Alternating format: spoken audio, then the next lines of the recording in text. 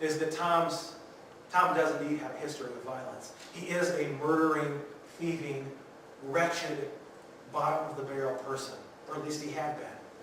And Tom quickly realizes that something has to be done about this man who has come into his town and begun to disrupt his life. And his history of violence becomes his presence of violence. And he recognizes that he has to eliminate this man who is accusing him and all of his guys that walk with him. At the end of the movie, Tom walks into the kitchen, which is dark because the movie is dark. And Tom has just washed the blood from his hands, literally, of the last one being slain.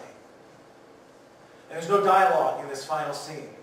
But what we see is a wife and 2 children sitting at the kitchen table with plates in front of each of them. Tom's chair is empty, no plates in front of it. And the wife can barely make eye contact with Tom. And the son sits there, he's completely torn. I thought I loved my dad. I'm not sure who he is now. Am I loyal to my mom, or am I striking allegiance with my father here? And Tom's question is very simply, is there gospel for me here, in this place that I call my home? Or is this a place that I now have to leave? And this is the question of the gospel of Jesus Christ. Is there a place for those that are wretched, murderers, the morally bankrupt, those at the end of their rope? And the final scene, the final action of the movie is this. Tom's son slides his plate over in front of his dad's chair. Tom's son recognized the value of redemption. This is the gospel of Jesus Christ. Blessed are those that have just washed their hands of blood, who are completely off in another direction from God. And Jesus continues to say, blessed are you, even though you don't recognize what I can offer you. See, because sometimes we tend to categorize what God offers us into static things. Things like, well, the best that God could offer me is, like a brand new red Ferrari. And it's so interesting that we kind of categorize God into these things. The best that God could offer us is a car that needs an oil change, right? That totally is completely diminished as compared to what God is truly offering us. God is saying, blessed are you who have said you don't need me, who have turned your back on me. Blessed are you, for the kingdom of heaven is for you. For those of us that, as we sit here this morning, and maybe we are wrestling with finding God, or we're wrestling with the fact that we have walked away from God. God is on your side. This announcement is for you. And the recognition needs to happen, because sometimes in Christian circles we have this unwritten rule, this unspoken identity that everything in our lives have to be just right before God is on our side. And it's not true. If we understand what Jesus is saying here, blessed are those who don't have everything figured out. For God is on your side. For those of us that have been long-term Christ followers, and our relationship with God is at least mostly intact, and we feel like we're walking a line that recognizes that God is on my side, this is where it turns for you and I. This is where it turns for us. Because we need to recognize that the people that we work with, that we cannot stand, that drive us completely bananas, God is on their side. For the neighbor that drives us completely crazy, that won't mow the right line on his grass, God is on his side.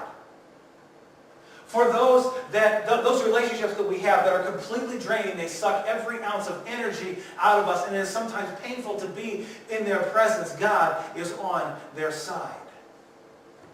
That is the recognition that you and I need to live with. That you and I have to be willing to say, that no matter what is going on, God is on their side. And what begins to happen is that we have moved from something that is brand new. And it takes us some real recognition and some real concentration to recognize, all right, pedal in the right place. Lean at just the right time. And push and pedal And it's this brand new thing that we are continually fighting within ourselves. This is the progression that Jesus talks about as he's with the people at the Sermon on the Mount. That there's this new thing that I'm inviting you into. And eventually this new thing becomes a normal thing. That eventually there can be all this other stuff going on around us, and it's things that pull our attention here and there, but we still recognize that there are people that don't know God. That are the wretched, morally ambiguous, they hate God, they have no time for Him. And we have to recognize that we are called into that place to proclaim this announcement that God is on your side. And eventually what happens is that it becomes a very natural thing. That we begin to see where God is desiring to speak into the lives of people on a regular basis. It's just something that begins to flow out of us. That eventually it's no longer this thing that we have to remind ourselves, make sure the pedal's in the right place, lean to one side, and push and pedal all at the same time. That now it's just a natural part of our daily life. I had not ridden this bike much over the summer. And yet when I pulled it off of the hook in the garage, jammed it into my car and brought it here and kind of practiced how things were laying out. I always wanted to ride my bike in church anyways. It did not take me more than a half a second to remember how exactly to get the bike started. And this is what Jesus is inviting us into. This natural outflow that says, you see where I am involved and where I want to be pressed into on a daily basis. This is God talking to us. That we are now the physical representation of the announcement, blessed are the poor in spirit, for the kingdom of heaven is theirs. We're going to pray. And we're going to end our service with some silence, kind of like we did during prayer time. And I am growing to understand that silence is so important for me. I have no problem filling my day with all kinds of sound, all kinds of music, preparations for worship, and stuff, the new things that I'm listening to, even teachings that I'm taking in. I have no problem filling every moment of my day with some sort of sound that invades the silence that God has invited me into. So we're going to close with just some very stillness. Just be maybe a minute and a half. Because I am convinced that it is in those moments that God is able to speak most loudly to us. So if you would bow your heads, allow yourself the space and the freedom just to be still. God, we do not want to miss this opportunity. And we can walk out of here onto the next thing that Sunday holds for us and kind of push aside what you've been talking to us about. So, Father, we're just going to pause before we run off. Invite you into this silence that you might speak loudly.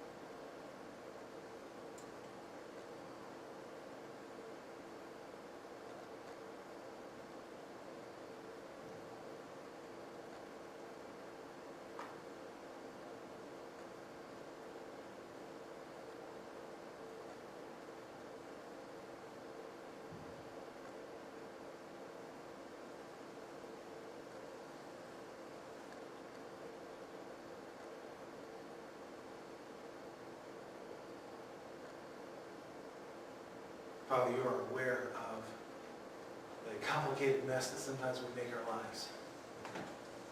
And yet you are always willing to offer your redemption, your forgiveness. And I pray somehow, God, if we've found forgiveness today, that we would find a way to announce to others the forgiveness that is available, the blessing that you have come to offer. Help us to do that this week, God. May you put in our path those that we are able to announce. Blessed are you. God is on your side. In Jesus' name, amen. Next week, Dave is going to be continuing the sermon series on prayer. And he's going to talk specifically about the the Lord's Prayer that is in the Gospels. And one of the things I know he's going to talk about is the very thing that we have spoken briefly about here this morning. That is, one of the lines in the Lord's Prayer is, "Thy kingdom come, thy will be done on earth as it is in heaven." You and I are responsible to help bring the kingdom of God here. That is one of the things Jesus is talking about in his proclamation, his announcement. Blessed are you, poor in spirit, and the kingdom of heaven is yours.